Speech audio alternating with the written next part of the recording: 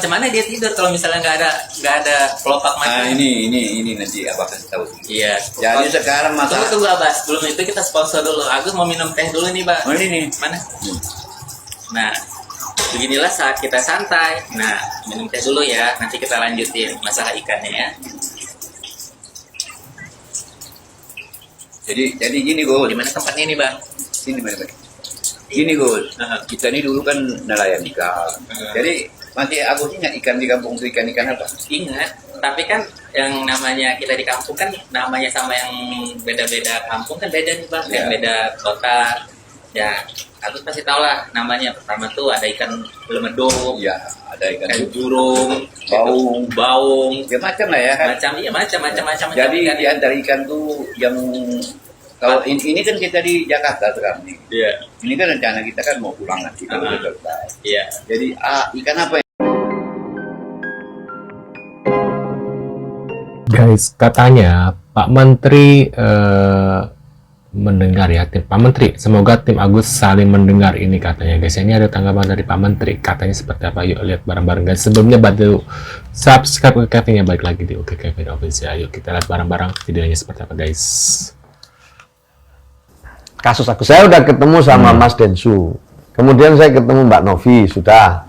Saya juga udah ketemu Mas Agus Salim ini tadi, hari ini tadi dengan Mas Farhad, dengan pengacaranya.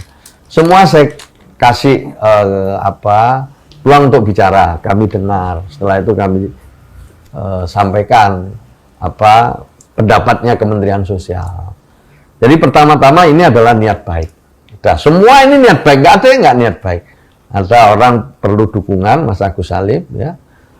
Kemudian yang kedua, ada yang mengumpulkan donasi. Pertanyaan saya, sudah punya izin apa belum? Nah, kemudian Mas Agus Salim peruntukannya sudah untuk berobat atau untuk kepentingan lain. Karena memang tujuannya itu berobat. Dan yang utama ini Mas Agus Salim ini harus segera mendapatkan pengobatan. Jangan dibawa ke sana, ke sini, ke sana, ke sini. Akhirnya kehilangan waktu. Kan istilah saya aja nih, kalau tiru istilah di kedokteran itu ada golden time, kan ada waktu emas untuk mengobati masalah atau dalam kondisi kedaruratan gitulah. Itu yang saya sampaikan tadi. Pertama itu dulu. Nah, kemudian donatur itu juga ikhlas, spontan juga. Dengerin ada orang butuh bantuan, dia ngeluarin juga. Ikhlas juga gitu. Tapi kalau kemudian diperuntukkan kepentingan lain, ya dia bisa protes, bisa kecewa, bisa memperkarakan juga gitu.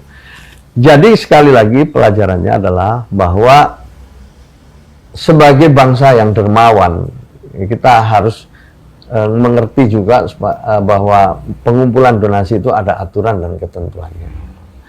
Yang kedua, dipertanggungjawabkan. Tidak hanya dikumpulkan toh, tapi dipertanggungjawabkan. Misalnya Mbak Novi itu ya mengumpulkan dapat 1,5 lebih, kan harus ada audit, harus dilaporkan ke sini juga. Kita bisa ngawasi apakah uangnya itu. Jadi ini banyak yang belum tahu, termasuk ini. Buat pengacara Alfilim atau siapa sih? Gue kurang tahu yang giginya agak hitaman itu, bro. Gua gini aja, bro. Lu tentang Kak Novi sama Kak Densu 3M, gini aja. Yang banyak basa-basi. Nih Bang Golden mau bicara nih. Gua kasih 50M atau 30M, 20M lagi buat Agus. Lu tapi ada tantangnya. Lu harus mandi air keras sama Agus berdua di depan publik. Di depan publik, paham? Paham lo. Salam dari gua Mempres Salim. Jadi teman-teman, saya sudah berikan pengumuman bahwa mulai hari ini LQ Indonesia Law Firm tidak lagi menerima kasus pro bono, ya, nggak lagi menerima kasus gratis. Secara hukum kami tidak diwajibkan untuk mengurus kasus gratis. Karena kenapa? Pemerintah nggak bayar ke kami. Pemerintah nggak pernah ngasih duit ke kita, ya, ke LQ Law Firm, ya. Saya pribadi pun juga nggak pernah dikasih duit sama pemerintah. Jadi kalau kita nanganin kasus pro bono, ya, semua tuh dari transportasi, bensin, apa semua tetek bengek sampai mendaftar gugatan aja kita harus bayar sendiri. Di situ ya kita bayarin orang punya, kasus-kasus orang kita yang bayarin, ya. Jadi itu kerelaan, ya, terserah lawyer itu mau atau nggak membantu. Dan saya tegaskan, mulai hari ini LQ Indonesia Law Firm menutup pintu kepada masyarakat yang minta Tuh, gratisan. Gus mampus dah, lu harus bayar kan. Alvin nggak mau gratis. Kalaupun Alvin masih mengurus Agus itu karena ada uang donasi yang yayasan yang 1,3 miliar itu ya. Nah, kita lanjut lagi. Jangan lupa nonton ya Agus jam 8 malam Bersama Dr. Sisi jam 8 malam. Agus ya. Saksikan live Samiun di stasiun kesayangan Anda.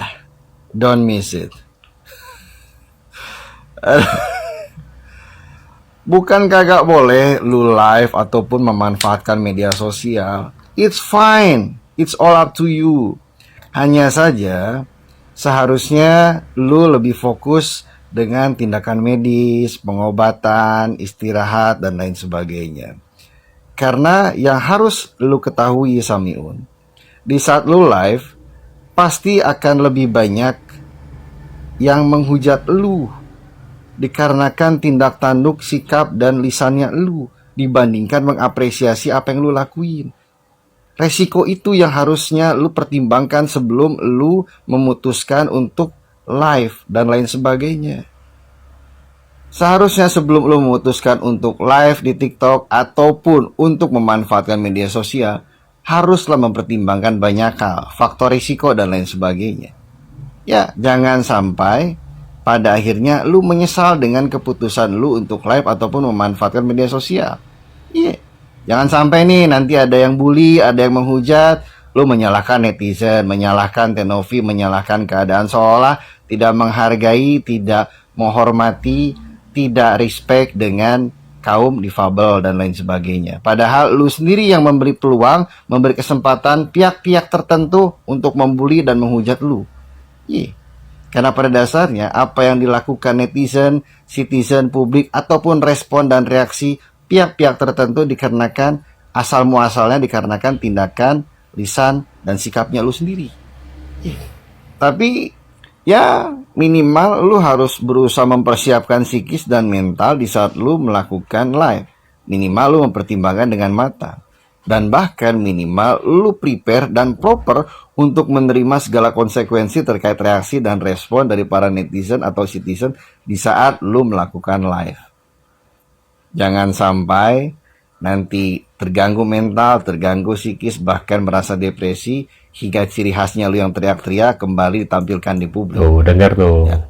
Paling di situ hanya bayar listrik aja Sekarang atau air. kabar terbaru lagi nih. FA mengatakan sekarang Agus tinggal di apartemen. FA mengatakan paling Agus di apartemen cuma bayar listrik dan air. Oh, pantesan mungkin dia dipanggil podcast, diundang ke sana sini tuh ya dibayar gitu ya buat bayar listrik, buat bayar air gitu loh guys ya. Kita lihat lagi.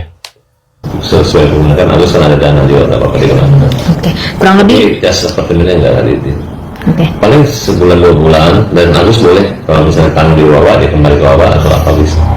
Oke, kurang lebih apa sampai kapan Bang ada rencana mungkin? Maksudnya Ya sampai pengobatan aja gitu.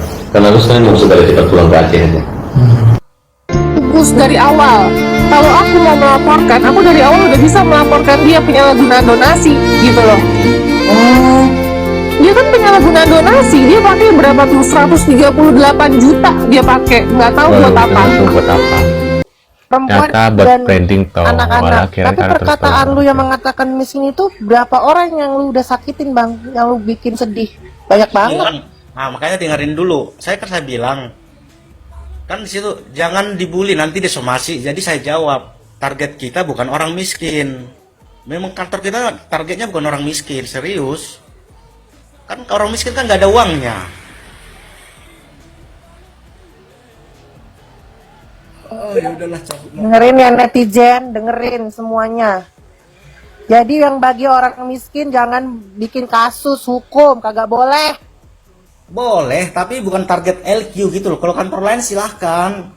Misalnya Homan Paris, LBH yang lain silahkan.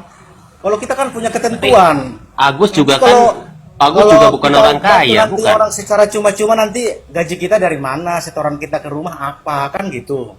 Kita realistis kok. Waduh, menurut pendapat kalian gimana nih setelah melihat berita terakhir ya? katanya Farhad Abbas memberikan apartemen, terus Alvin ini ternyata dia nggak mau gratis, berarti dia ada tujuannya adalah mungkin setelah Agus memenangkan mendapatkan uang donasi, dia kecipratan ya, kebagian duitnya ya ujung-ujungnya uang donasi bakal habis gitu lah buat hal-hal yang bukan peruntukan untuk pengobatan gitu loh guys ya. Kalau seandainya uang donasi itu dipegang lagi oleh Agus gitu, makanya ya wajar kalau uang itu disimpan di yayasan supaya jangan terbuang sia-sia. Kasihannya orang-orang yang sudah berjuang untuk Agus, untuk kesehatan Agus, malah dibuang buat hal-hal yang nggak penting seperti itu gitu ya guys ya. Menurut kalian gimana? Tulis kolom komentar. Terima kasih dan sampai jumpa di video selanjutnya. See you guys.